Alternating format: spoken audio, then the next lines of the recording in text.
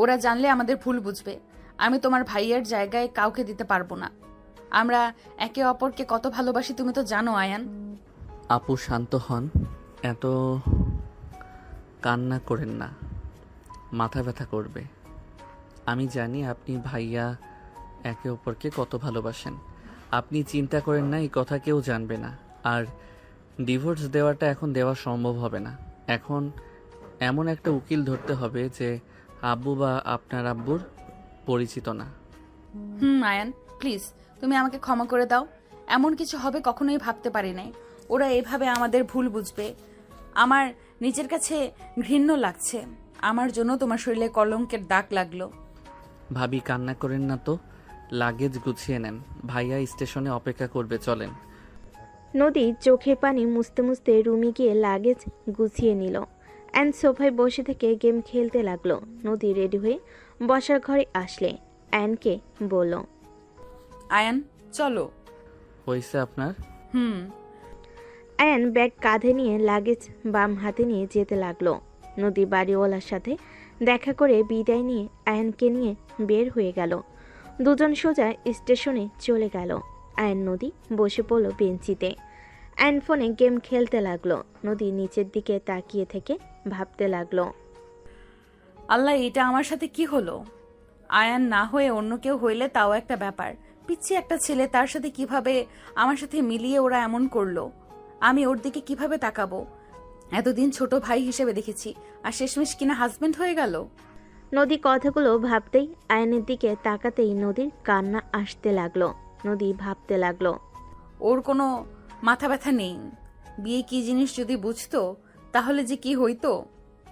আল্লাহ, এ কোন বিপদে পড়লাম। ট্রেন আসলে আয়ন ব্যাগ কাঁধে নিয়ে লাগেজ নিয়ে বলে, চলেন তাড়াতাড়ি উঠে পড়ি। আয়ন যেতে লাগলো। নদী আয়নের পিছন পিছন যেতে লাগলো। দুজন ট্রেনে উঠে পড়লো। দুজন নিজেদের সিটে বসলো। আয়নের ফোন বেজে উঠলে আয়ন কল রিসিভ করে বলল, আসসালামু আলাইকুম। ওয়ালাইকুম আসসালাম। আয়ান কই রে তুই? আমি কোচিং যেতে পারবো না আজ। আমি নদী আপুকে নিতে এসেছি। বাসায় যেতে যেতে কোচিং ধরতে পারবো না। তুই আমার জন্য নোট করে রাখিস।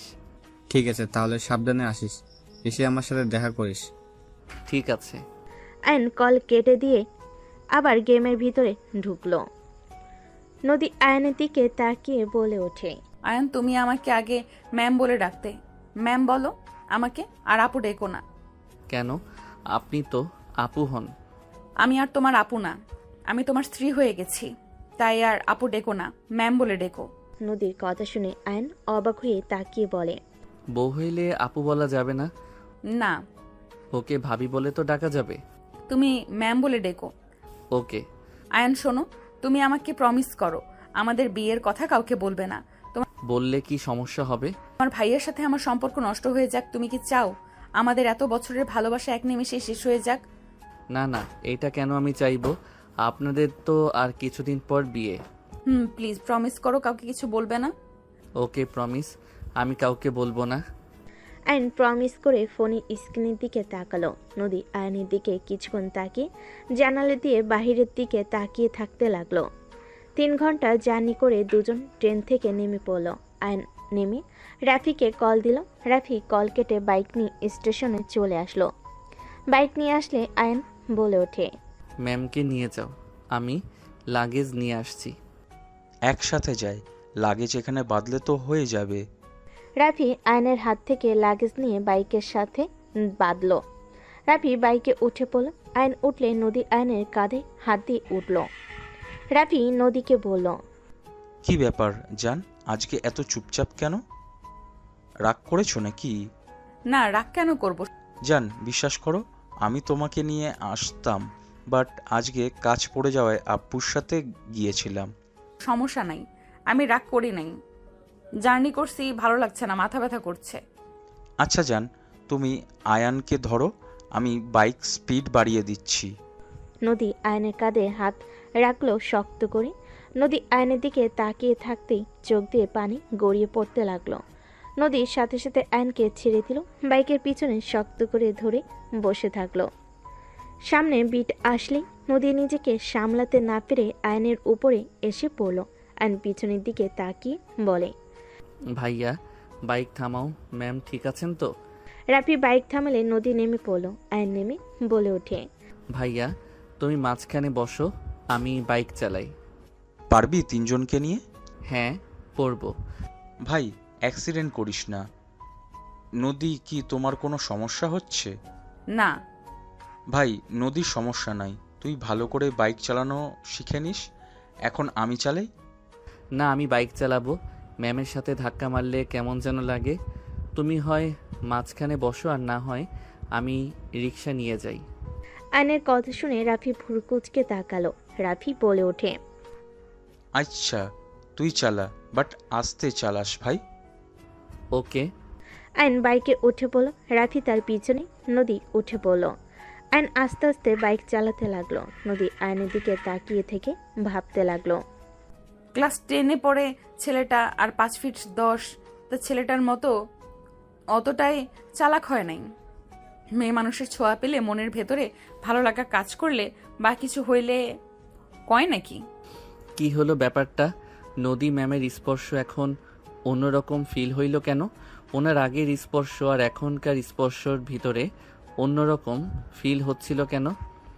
ওনার সাথে আমার বিয়ে হয়েছে জন্য কি এমন হচ্ছে নাকি? যাই হোক, বাজে কোনো কিছু ভাবিস না। উনি তোর ভাবি হবে, এইটাই শেষ কথা। আয়ন কথাগুলো ভাবতে ভাবতে বাসার ভিতরে বাইক থামালে দুজন নেমে পড়ল। রাফি লাগেজ খুলে আয়ন বলে ওঠে। ভাইয়া ম্যামকে তাহলে লাগেজ নিয়ে গিয়ে ওনার ফ্ল্যাটে রেখে আসো, আর আমি বাইক নিয়ে বের হইলাম। কই যাবি? এত দূর জার্নি করে গেলি, আসলি, রুমে গিয়ে রেস্ট নে যা। না আমি ঠিক আছি, আর আমার আসতে রাত হবে। ও ভাইয়া কিছু টাকা দিতে পারবে? কত লাগবে? 200 দিলে হবে। নে 400 টাকা। আমার বউটাকে সুস্থভাবে নিয়ে আসার জন্য 200 টাকা বকশিস। রাফির কথা শুনে আয়ন নদী হেসে দিল। আয়ন হেসে বলে। ম্যাম আপনাকে নিয়ে আসলাম, আপনার থেকেও তো পাই। কত লাগবে? থাক, আপাতত 400 দিয়ে হবে। আয়ন কথাটা বলে বাইক নিয়ে বের হয়ে গেল। রাফি নদীকে নিয়ে সোজা উপরের তলায় চলে গেল। 5 নম্বর ফ্ল্যাটে চলে গেল। নদী ওর আব্বু আম্মু ভাই বোনের সাথে কুশল বিনিময় করে রুমে চলে গেল। রাফি রুমে লাগেজ রেখে নদীর দিকে তাকিয়ে টান দিয়ে নদীর কোমর ধরে নিজের কাছে টেনে নিয়ে নাকে নাক ঘষা দিলে নদী হেসে বলল। ছাড়ো, তোমার আদর লাগবে না। হবু বউকে একটুও ভালোবাসো না। ভালোবাসলে একটু তো খোঁজ খবর নিতা। আমার জান পাখি, রাগ করো না। তুমি তো জব পেয়ে গেছো, আমি তো আর পাই নাই। আমাকে নিজস্ব ব্যবসা ধরিয়ে দিয়েছে। ওইখানে কাজ করতে করতে 12টা বাজছে, আর সামনে আমাদের বিয়ে। এখন যদি আব্বুর মন রক্ষা না করি, তাহলে বিয়ে আরও পিছিয়ে দিতে পারে। বুঝলাম, বাট আমি তোমাকে অনেক মিস করছি। আমি জানি তো আমার জান আমাকে মিস করছে। তা এখানে যে ট্রান্সফার হয়ে আসলে ম্যাম আমাকে কি একটু সময় দিতে পারবে নাকি? সারাদিন ক্লাস করবেন, আর কাছে যেতে চাইলে বলবেন। জান আমার কাজ আছে, কাজটা শেষ করে নেই। রাফির কথা শুনে নদী গালে কিস করে দিয়ে বলল। আমার ডিয়ার হবু বর, আপনার জন্য সময় সব সময় থাকে। আপনার শুধু আমার জন্য সময় থাকে না। আপনি নিজের কথা আমাকে দিয়ে বোঝাতে আসবেন না দয়া করে। নদীর কথা শুনে রাফি লজ্জায় বলে ওঠে। আরে দেখো, বিয়েটা হোক, তখন দেখবে তোমাকে কতটা জ্বালাই। এখন তো আর বেশি কাছে যেতে দাও না। যাইতে চাইলে বলো, আগে বিয়ে বিয়ে হোক। দেখো আমি রুমের দরজা খুলবো না। রাফির কথা শুনে নদী লজ্জায় রাফিকে সরিয়ে দিয়ে বলল। যা ফাজিল, মুখে কিছু আটকায় না। যাই হোক এখন যাও, আমি ফ্রেশ হয়ে ঘুম দিব। আমিও দিই। ফাজিল, যাবে নাকি একটা দিব? নদী রাফিকে ঠেলে রুম থেকে বের করে দিল। রাফি হেসে বলে। সময় আমারও আসবে ডিয়ার। যাও তো। রাফি চলে গেল। নদী লাগেজ থেকে পোশাক বের করে ওয়াশরুমে চলে গেল। গোসল করে এসে ঘুমিয়ে গেল। সন্ধ্যায় ঘুম ভাঙলে নদী চমকে উঠল। নদী উঠে চোখ খুলে দেখে সারা রুম অন্ধকার হয়ে আছে। হঠাৎ করে লাইট জ্বলে উঠলে নদীর সাথে সাথে চোখের সামনে হাত দিয়ে ঢেকে নিল। তুলি বলে ওঠে। আপু তুমি ঠিক আছো? ও তুই, হুট করে লাইট জ্বালিয়ে দিয়েছিস তো, তাই চোখে লাগছে। নদী কথাটা বলে চোখ ডলে সামনের দিকে তাকালে দেখে আয়ন ব্যাগ কাঁধে নিয়ে দাঁড়িয়ে আছে। তুলি বলে উঠল, আপু আমাদের কি পড়াতে পারবে? তোরা বসে, আমি ফ্রেশ হয়ে আসি। আচ্ছা যা। আয়ান তুলি সোফায় বসে সামনের টেবিলের উপর বই খাতা কলম বের করে রাখলো। নদীর আম্মু ডাক দিলে তুলি চলে গেল। আয়ন একা বসে থাকতে লাগলো। নদী ফ্রেশ হয়ে বের হলে আয়নকে দেখে বলল, তুলি কোথায়? আন্টি ডাক দিয়েছে, তাই আন্টির কাছে চলে গেছে। ও আচ্ছা আচ্ছা, অঙ্ক বই বের করো। নদী আয়নের সামনে চেয়ার টেনে বসলো। আয়নকে অঙ্ক বুঝিয়ে দিতে লাগলো। আয়ন বুঝে অঙ্ক করতে লাগলো। নদী ফোন হাতে নিল, আয়নের দিকে আর চোখে দেখতে লাগলো। আয়নকে দেখতে বিয়ে পড়ানোর কথা মনে পড়তেই নদীর চোখ সরিয়ে নিল। তুলি ভিতরে ঢুকে বলে, ওই আয়নের বাচ্চা, তুই আমার আগে অঙ্ক করা শুরু করেছিস? তুই গেলি কেন? আমি কি তোকে বলেছিলাম যাইতে? আপু, থুক্কু মানে ম্যাম আমাকে অঙ্ক দিয়েছে, তো আমি করব না নাকি? আম্মু দুজনের জন্য নুডলস দিয়েছে। আপু এই নাও তোমার, আর এই নে তোর। তুই খাবি না? আমারটা খেয়ে নিয়েছি। ম্যাম, নুডলস খাই আর অঙ্ক করি। আয়ন নুডলস খেতে লাগলো আর অঙ্ক করতে লাগলো। তুলির দিকে তাকাতেই আয়ন বলে ওঠে, এইভাবে তাকিয়ে না থেকে নে খা। ধন্যবাদ, দে। তুলি আয়নের চামচ নিয়ে খেতে লাগলো। নদী তাকিয়ে দেখতে লাগলো। দুজনের দিকে তাকিয়ে থাকতে লাগলো। আয়ন আস্তে আস্তে তুলি ওড়না দিয়ে মুখ মুছতে লাগলো। তুলি রাগি চোখ নিয়ে তাকালে আয়ন অন্যদিকে তাকিয়ে বলে, তুলি, ওইদিকে ওইটা কি করে? তুলি আয়নের কথা শুনে ওই দিকে তাকাতেই আয়ন বাটির সব নুডলস মুখে পুরে নিল। নদী ভুরকুচকে তাকালে তুলি তাকিয়ে বলে, বলো, তুই সব খেয়ে ফেললি? সব সময় আমার জিনিসে ভাগ বসাস কেন? তুলি আয়নকে মারতে লাগলো। আয়ন তুলির হাত থেকে বাঁচার জন্য হাত দিয়ে বাধা দিতে লাগলো। নদী ধমক দিয়ে বলে ওঠে, হচ্ছেটা কি? দুজন কি শুরু করেছো? আর তুলি এত খামখাম করস কেন? আমারটা খা। দুজনে চমকে ওঠে, তাতে চুপচাপ বসে পড়ল। আয়ন উঠে ওয়াশরুমে গিয়ে হাত ধুয়ে চলে গেল। নদী তুলির দিকে রাগি লুক নিয়ে তাকিয়ে থাকলে তুলি বলে, আপু এভাবে তাকাও কেন? আয়নের সাথে ঝগড়া করতে ভালো লাগে, ওর জিনিসে ভাগ বসাতে মজা লাগে, ওর মুখ দেখার মতো হয়। তুমি ওকে খেয়াল করলে দেখো, ও মুখ ফুটে কিছু বলতে না পারলে মুখ যেমন বানায়, দেখতে অসম্ভব ভালো লাগে, হাসি লাগে। চুপ কর বেয়াদব। আর যদি ওর সাথে মারামারি করতে দেখেছি, খবর আছে তোর। ওই ছেলে মানুষ, তুই মেয়ে মানুষ, দুইজন এখন যথেষ্ট বড় হইছস। আপু, আয়ন ভদ্রনম্র একটা ছেলে, ওই খারাপ কিছু চিন্তা করে না। ওই অনেকটা বোকা টাইপের, প্রেম ভালোবাসা অনুভব তেমন একটা বোঝে না। তুই মনে হয় সব বুঝোস। না মানে? নদীর ধমক মারল। তুলি চুপচাপ অঙ্ক করতে লাগলো। আয়ন হাত ধুয়ে রুমাল দিয়ে হাত মুছে অঙ্ক করতে লাগলো। আয়নের ভুল গেলে নদী আয়নের হাত থেকে কলম নিতে গেলে আয়নের হাতের স্পর্শে নদী কেঁপে উঠল। নদী খাতা ঘুরিয়ে অঙ্ক দিতে লাগলো আর আয়নকে বুঝাতে লাগলো। আয়ন মনোযোগ দিয়ে শুনতে লাগলো। অঙ্ক বুঝে আয়ন কলম নিয়ে লিখতে লাগলো। দুজন 8টা পর্যন্ত পড়া শেষ করে আয়ন বলে ওঠে, ম্যাম, অনেকক্ষণ পড়ছি, আর পড়ব না। তুলি, পেঁয়াজ মরিচ কেটে নিয়ে আয়। আমি দোকান থেকে সব কিছু নিয়ে আসছি, তুই তাড়াতাড়ি করে ছাদে যাস। আমি এসে যদি না দেখি, খবর আছে। আপু আমিও পড়বো না। আর আয়ান, আমার জন্য চকলেট নিয়ে এসেছিস? ওকে। এই দুইজন ছাদে কি করবে? মুড়ি মাখাবো দুজন, আমরা প্রতিদিন একটা না একটা কিছু খাই। তুমি চাইলে আমাদের সাথে যোগ দিতে পারো, রাফি ভাইকেও ডাক দিতে পারো।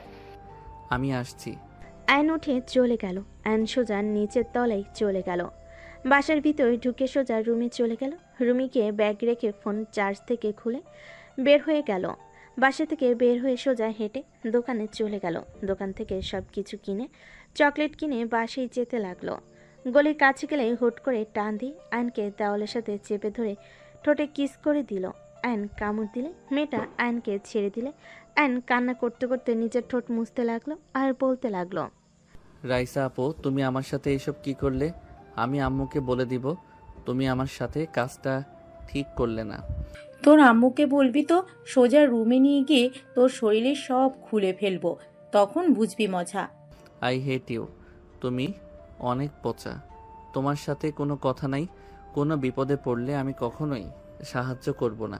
তোকে কিস করছি তার মানে আমি তোর গার্লফ্রেন্ড হয়ে গেছি?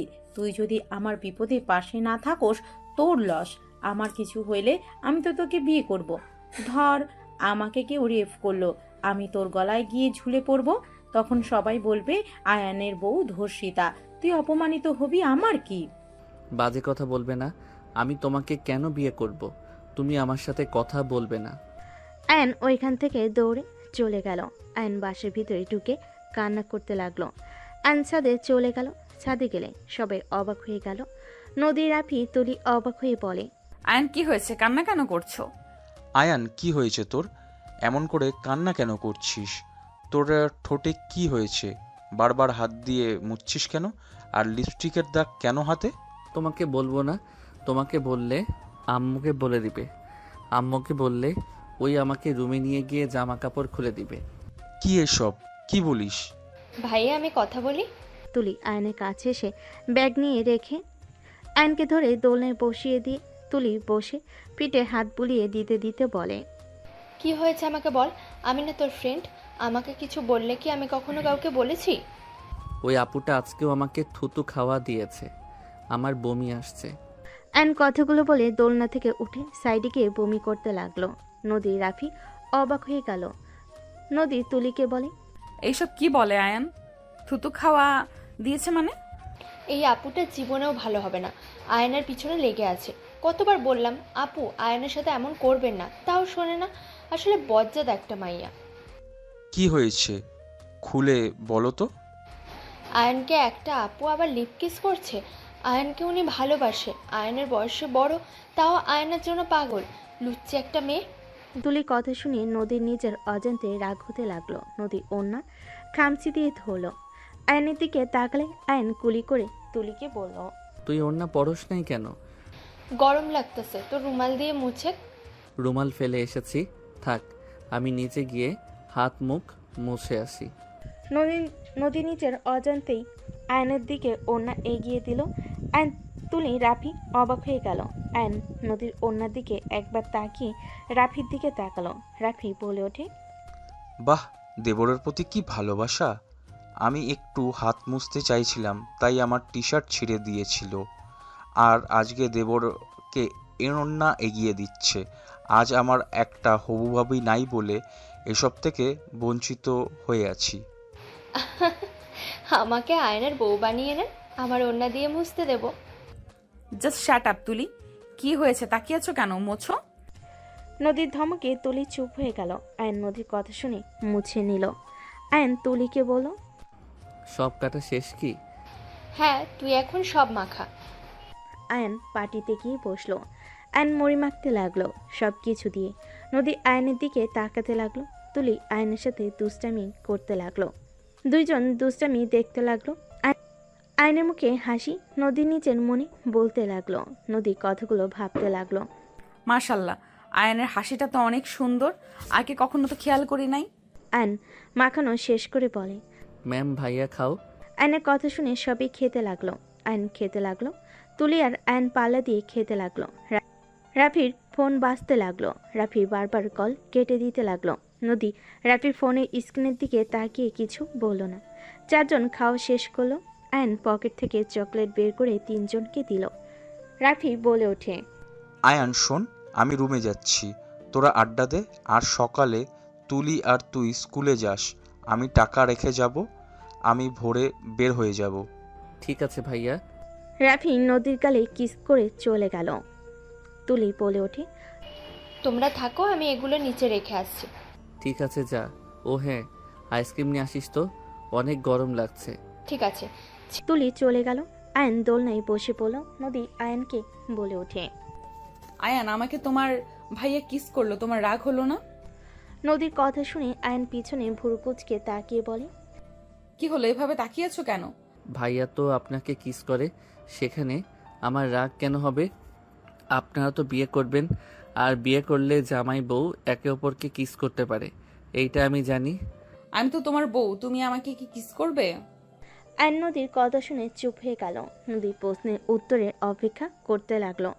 আয়ান অন্যদিকে তাকিয়ে বলে, আমি জানি না, আপনি তো আমার ভাবি, এটাই আমি জানি। আর ওই আপুটা নাকি আমার গার্লফ্রেন্ড হয়ে গেছে। কিস করলে গার্লফ্রেন্ড হয়ে যায়, তাই ওনাকে হয়তো কিস করতে হবে। বাট আমার ভালো লাগে না, বমি আসে পচা আপু। কি এই মেয়ে? বলা যাবে না, বললে আপনি আম্মুকে বললে ওই আরও রেগে গিয়ে আমার ইজ্জত নিয়ে টানাটানি করবে। আয়ান, সত্যি কি তুমি কিছু বোঝো না? আমার কেন জানি মনে হয় তুমি আসলে সব বোঝো, কিন্তু সবার সামনে এমন বোকা সেজে থাকো। দেখো, 10 স্টুডেন্ট কিছু না জানলেও অর্ধেক কিছু তো বুঝবে এবং জানার কথা। নদীর কথা শুনে আয়ন চুপ হয়ে থাকলো। আয়ন নদীর কথায় কিছু না বলে বসে থাকলো। তুলি আসলে নদী আর কিছু বলতে পারলো না। তুলি দুজনকে আইসক্রিম দিল। নদী আইসক্রিম খেতে খেতে চলে গেল। আয়ন তুলির সাথে বসে আইসক্রিম খেতে লাগলো। আয়ন অনেকক্ষণ তুলির সাথে বসে গল্প করে নিচে গেল। আয়ন নিচে নামতে সিঁড়ি ভেঙে নিচের দিকে যেতে নিলে দেখে নদী কান্না করতে করতে দৌড়ে আসছে। আয়নকে না দেখে আসতে ধাক্কা লেগে গেল। নদী পড়ে যেতে নিলে আয়ন তাড়াতাড়ি করে নদীর কোমর ধরে টান দিয়ে নিজের সাথে জড়িয়ে নিল। নদী ভয়ে চোখ বন্ধ করে নিল। নদী অনুভব করলো কেউ ওকে ধরে আছে। নদী চোখ খুলে আয়নের মুখের দিকে তাকাতেই দেখে আয়ন। নদী ধাক্কা দিয়ে সরিয়ে দিয়ে নিজেকে সামলিয়ে নিয়ে বলল, আমাকে একদম টাচ করবি না। ম্যাম কি হয়েছে? এভাবে কান্না কেন করছেন? কি হয়েছে খুলে বলেন আমাকে, দেখি সমাধান করতে পারি নাকি। কিসের সমাধান করবি? হ্যাঁ, এক ভাই আমার সাথে বেইমানি করলো, আরেকজন এসেছে সমাধান করতে। কিসের সমাধান করবি? হ্যাঁ ভাইয়া কি করছে কি বলেন? বেইমানি করছে মানে? হ্যাঁ করছে। তোর ভাই আমাদের কোম্পানির 50% নেওয়ার জন্য আমার সাথে ভালোবাসার অভিনয় করছে এতদিন। আমাকে বিয়ে শুধুমাত্র আমার নামে অর্ধেক কোম্পানির নেওয়ার জন্য। নেওয়া হয়ে গেলে তোর ভাই আমাকে ডিভোর্স দিয়ে তার প্রিয় মানুষকে বিয়ে করবে। নদীর কথা শুনে আয়ন থমকে গেল। নদীকে কিছু বলার আগে নদী কান্না করতে করতে দৌড়ে চলে গেল। রাফি এসে বলে ওঠে, আয়ান, নদীকে দেখছোস? ভাইয়া তুমি ম্যামকে ঠকিয়েছো। আয়ান, বিশ্বাস কর, আমি ওকে ঠকাই নাই। তুমি অন্য কাউকে ভালোবাসো, ম্যামকে 50% নেওয়ার জন্য বিয়ে করতে চাও। তাকে ভালোবাসো না, তাহলে তাকে স্পর্শ কেন করো? চুপ কর, ছোট্ট মানুষ, বেশি কথা বলবি না। আমাদের বিষয়ে নাক গলাস না, সামনে থেকে সর। রাফিকে সরিয়ে দিয়ে দৌড়ে যেতে লাগলো। আয়ন রাফির পিছন পিছন যেতে লাগলো। নদীদের ফ্ল্যাটের ভিতর গেলে দেখে নদী ওর আম্মুকে জড়িয়ে ধরে কান্না করছে। তুলি বলে ওঠে, সেই ভাইয়া, আপনি আপুর সাথে এমন জঘন্য কাজ কিভাবে করতে পারলেন? রাফি, তোমার এত লোভ, সামান্য কোম্পানির 50%-এর জন্য এমন জঘন্য গেম খেললে।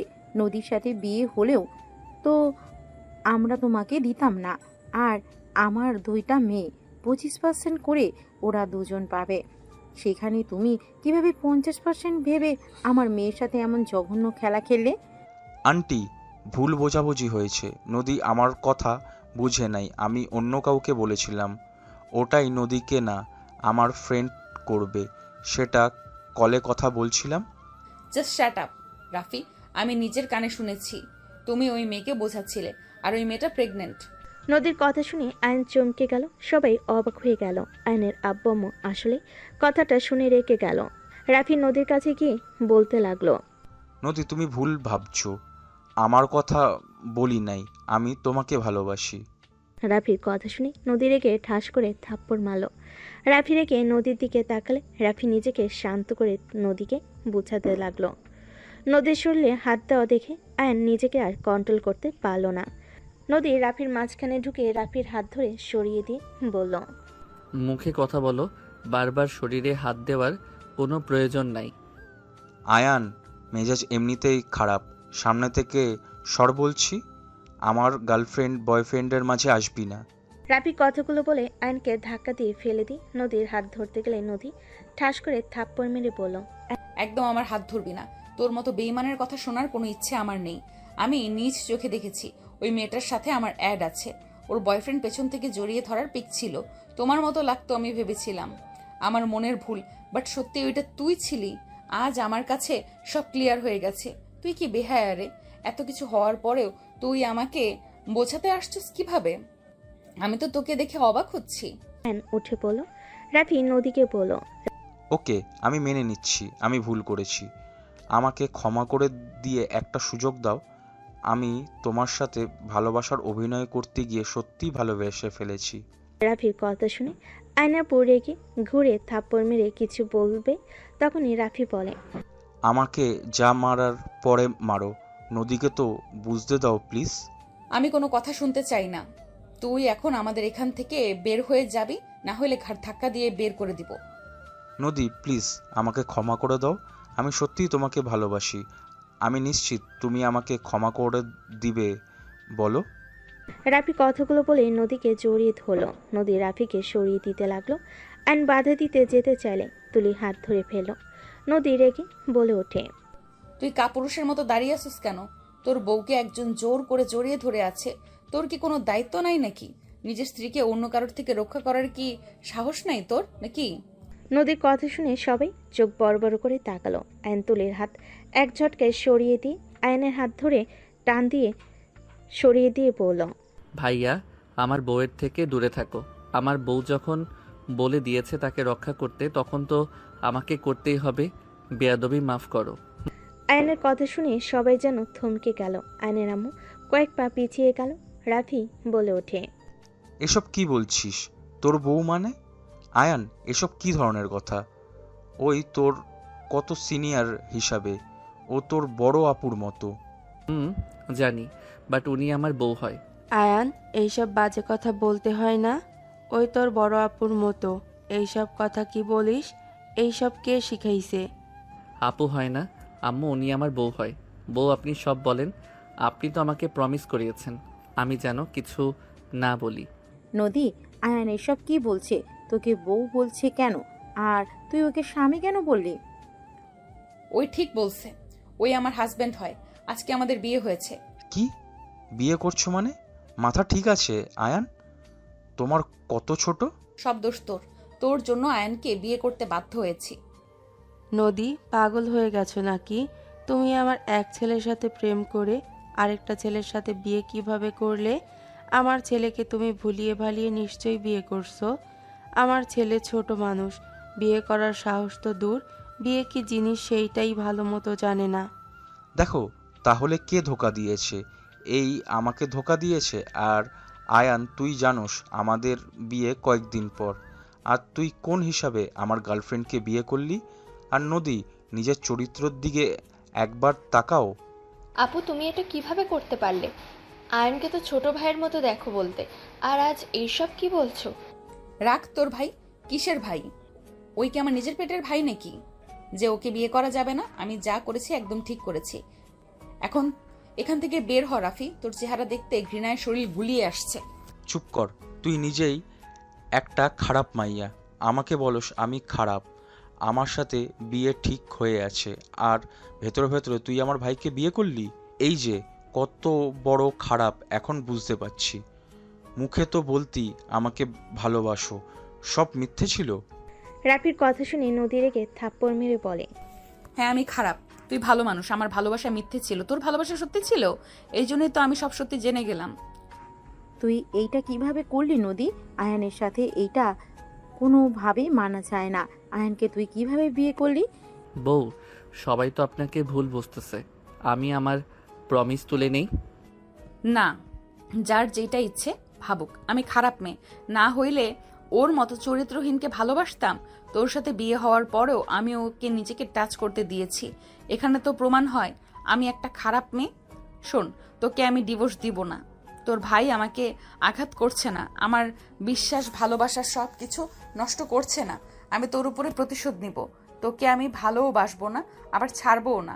আমি তোর মতো সরল মনে তোর ভাইকে ভালোবেসেছি, বাট তোর ভাই আমার সাথে কি করলো? রাফিটা মানলাম, তুই নিজেও তো রাফিকে ধোকা দিলি।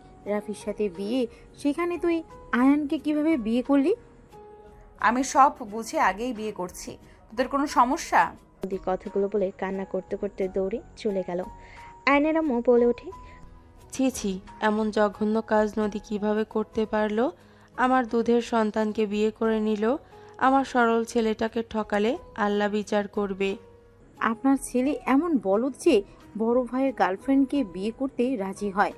আর আমার মেয়ে যদি জোর করতো তাহলে আপনার ছেলে মাথায় তুলে নিত।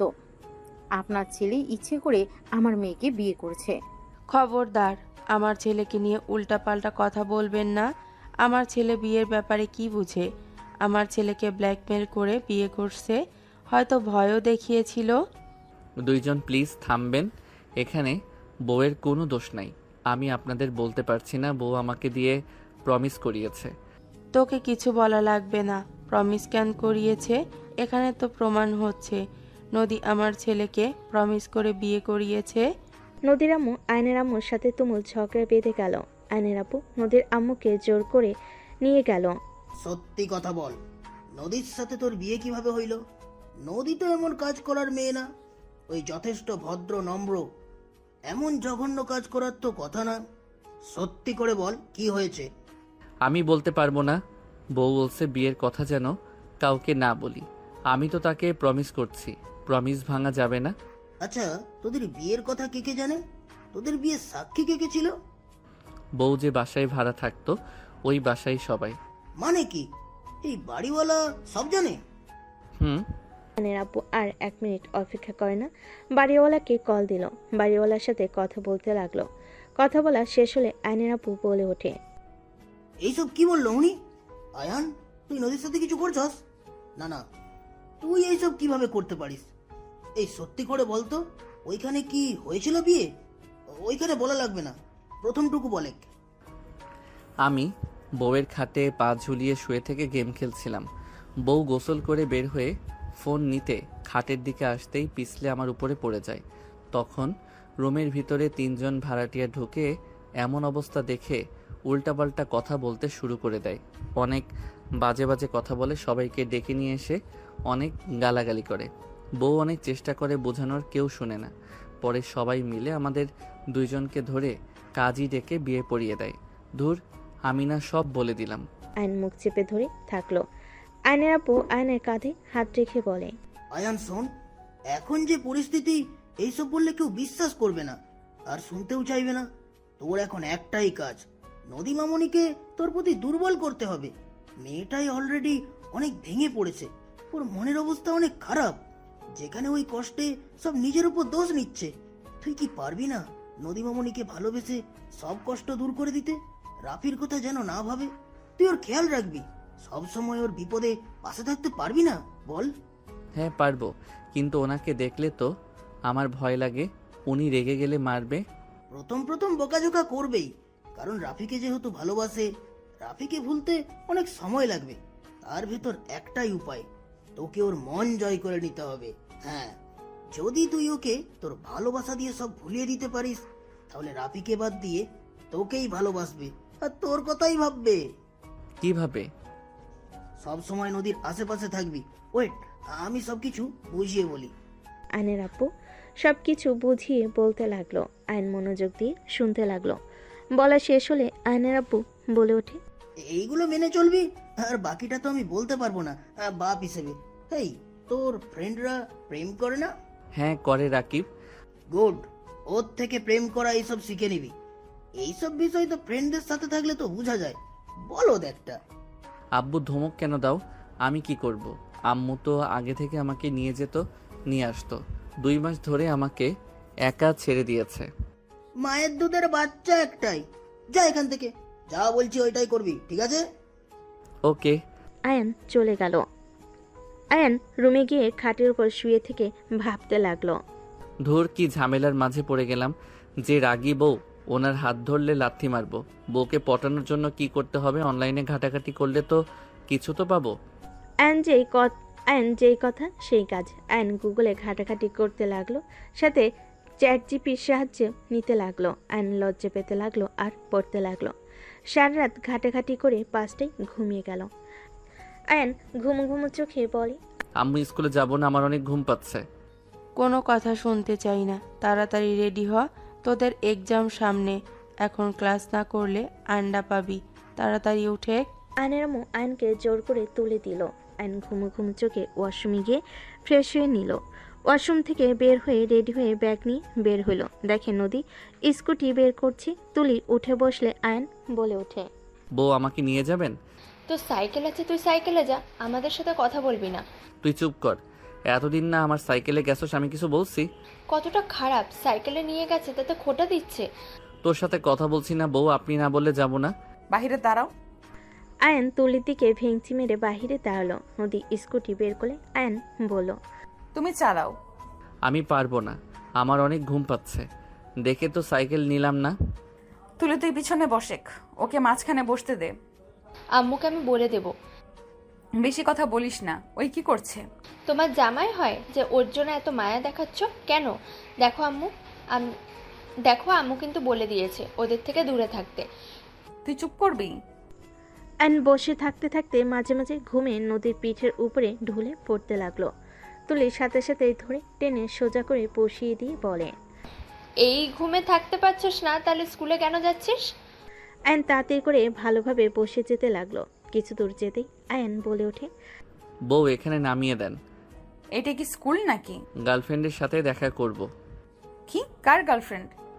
ও সরি, আমার না, কিন্তু ফ্রেন্ডের। ওর সাথে যাব, বিশ্বাস না হইলে ওয়েট। আয়ান ফোন বের করে হোয়াটসঅ্যাপে ঢুকে রাকিবের SMS দেখালে। নদী কিছু না বলে স্কুটি নিয়ে চলে যায়।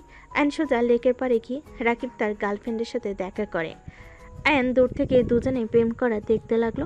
রাকিব রেগে SMS-এ বলে, শালা এইভাবে তাকিয়ে দেখলে মেয়ে পড়বে কি নাকি? ওর বান্ধবীকে পটা। আয়ান SMS পেয়ে রাকিবের গার্লফ্রেন্ডের বান্ধবীর দিকে তাকালে মেয়েটা বলে, আয়ান কিছু বলবে? না আপু।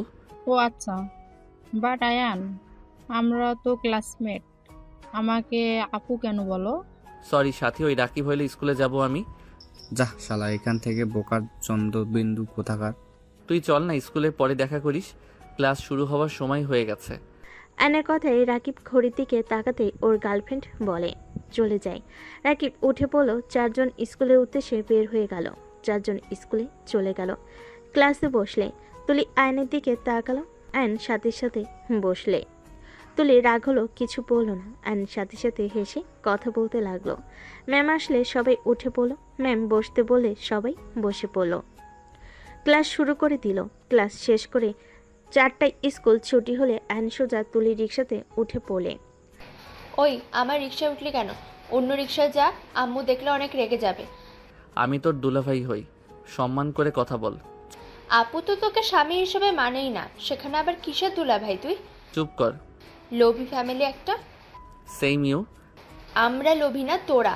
ওই যে তোর লুচ্চা ভাই দাঁড়িয়ে আছে কোন মেয়ের সাথে। আয়ন ডানের দিকে ঘুরে তাকাতে দেখে সত্যি। আয়ন রিক্সা থামিয়ে বলে, ভাইয়া এখানে কি করো? আর এই আপুকে? দেখতে পাচ্ছোস কি করছি? আয়ান কেমন আছো? আলহামদুলিল্লাহ ভালো, আপনি কেমন আছেন? আলহামদুলিল্লাহ। স্কুল থেকে যাচ্ছ নাকি? জি, বাট আপনাকে তো চিনলাম না। ওই রূপা আমার গার্লফ্রেন্ড। ও আচ্ছা, মামা চলেন। আয়নের কথায় রিক্সাওয়ালা যেতে লাগলো। রাফি আয়নের ব্যবহারে রাগ হইল। কিছুই না বলে রূপাকে নিয়ে চলে গেল। আয়ন বাসার সামনে নেমে ভাড়াতে ভিতরে ঢুকলো। উপরের দিকে তাকাতে দেখে নদী ছাদে বসে আছে। আয়ন বাসার ভিতরে ঢুকে সোজা রুমে চলে গেল। আয়ন ব্যাগ রেখে গোসল করতে চলে গেল। গোসল করে বের হয়ে নিচে দেখে রূপা রাফি দাঁড়িয়ে আছে। সবাই বকাঝকা করতে লাগলো। রাফি রেগে বলে, আমাদের বিয়ে মানলে মানো, না মানলে মানো না। আমাদের বলি নাই আমাদের বিয়ে মেনে নিতে। রূপা চলো রুমে যাব। এত বড় সাহস আমাদের মুখের ওপর চিল্লায় কথা বলস? এই দিন দেখার জন্য তোকে পেটে রেখেছিলাম। রাখতে তোমাদের বলেছিলাম কি? রাফি চুপ করো, এভাবে কেউ কথা বলে? সব দোষ তোর, তুই ভালো ব্যবহার করবি না। তুই একটা ফালতু মেয়ে, বিয়ে হওয়ার আগে বাচ্চা পেটে ধরে বসে আছোস। আয়নের আম্মু রূপাকে অনেক ধরনের কথা বলতে লাগলো। রাফি রেগে বলে ওঠে, আম্মু চুপ করবে? আমি আয়ান না যে আমার স্ত্রীকে যা ইচ্ছে বলবে। আমি চুপ থাকবো। আমার স্ত্রীকে নিয়ে একটাও বাজে কথা বলার কোনো অধিকার নেই, তোমাকে দেই নাই। আয়নের আব্বু রাফির গালে থাপ্পড় মারে। রাফি রেগে আয়নের আব্বুর দিকে হাত তুলতে আয়ন সোজা গিয়ে রাফির বুকে লাথি মারল। রাফি সোজা দরজার কাছে গিয়ে পড়ল। সবাই চোখ বড় বড় করে তাকালে আয়ন বলে ওঠে, বেশি বাড়াবাড়ি করা ভালো না। মুখে মুখে কথা বলছো, বলো তোমার সাহস কি করে হয় আব্বুর দিকে হাত বাড়ানোর? আর মিসেস রূপা, সিঁড়ি বয়ে সোজা যাবেন, একটা রুম বাদে ভাইয়ার রুমে চলে যান। ওদের এই বাড়িতে কোনো জায়গা হবে না। আম্মু দয়া করে রাগ কম করেন, ভুলে যাবেন না ওনার পেটে আমাদের বংশধর আছে। ভাইয়া সাথে রাগ করেন না, বা এই আপুর সাথে, বাট বাবুর সাথে কোনো অন্যায় আমি মেনে নিব না। বাবা মায়ের জন্য কেন সন্তান কষ্ট পাবে? ওই যেমন ওর সন্তানও তেমন হবে। কতটা নিচু মনের মানুষও। রিলেশন করছস, আমাদের বললেই পারতি। শুধু শুধু নদীর লাইফটাই নষ্ট কেন করলো? ওই মেয়েটার কি অন্যায় ছিল? মেয়েটা শুধু ওকে ভালোবেসেছিল, হ্যাঁ? ওর মতো ডেমাগি মেয়েকে নিয়ে সংসার করা আমার পক্ষে সম্ভব না। ওকে আমার সহ্য হইতো না। ছোট্টবেলা থেকে আমার সব কিছুই ভাগ বসাতো, বিরক্ত করছিল। ভাইয়া, মুখ সামলিয়ে কথা বলো। ওনাকে নিয়ে রুমে যাও। আমি মনে করি তোমার স্ত্রীর ব্যাপারে যেমন তুমি অন্য কাউকে কোনো অধিকার দাও নাই, তেমন আমার স্ত্রীর সম্পর্কে তোমার মুখ থেকে কিছু শুনতে চাই না। দেখো, তোমার আদরের দুধের বাচ্চা একদিন ওই মেয়ের ছায়া পড়ে দেখো ব্যবহার কি হয়েছে। এত বড় বড় কথা, আর আমি ওর বড় ভাই, আমাকে লাথি মারলো। আব্বুর দিকে হাত তুলবে, আর তোমাকে আমার বড় ভাই মানা লাগবে। আমার সরল রূপ দেখেছো, আমার আসল রূপ দেখতে এসো না। নিজের মতো থাকো, ওনাকে নিয়ে বেশি বুঝো না। মানে এতদিন যা ব্যবহার করছোস সব তোর নাটক ছিল? ক্লাস 8 পর্যন্ত ঠিক ছিল। এই 2 বছর অনেক পরিবর্তন হয়েছি। আম্মু আব্বুর ভয়ে আগের মতো থেকেছি। পাক্কা অভিনেতা তুই। যেইটা ভালো বোঝো। আম্মু আব্বু দয়া করে বাচ্চাটার জন্য ওদের থাকতে দাও। আয়ন কথাগুলো বলে বাসা থেকে বের হয়ে গেল। আয়ন সোজা সিঁড়ি বেয়ে ছাদে চলে গেল। আয়ন নদীর পাশে বসে বলল, বউ কান্না করে কি হবে? যে মানুষ আমাদের ঠকায় তাদের মনে রেখে কান্না করা লাগে না। তুমি যত তাকে ভুলে যাওয়ার চেষ্টা করবে তত মনে পড়বে। তার থেকে একটা কাজ করতে পারো, ভাইয়া যত অন্যায় তোমার সাথে করছে সেই সব মনে গেঁথে নাও, বারবার ওইসব ভাবো। এখান থেকে যাও। না, যেতে বলছি, যাও।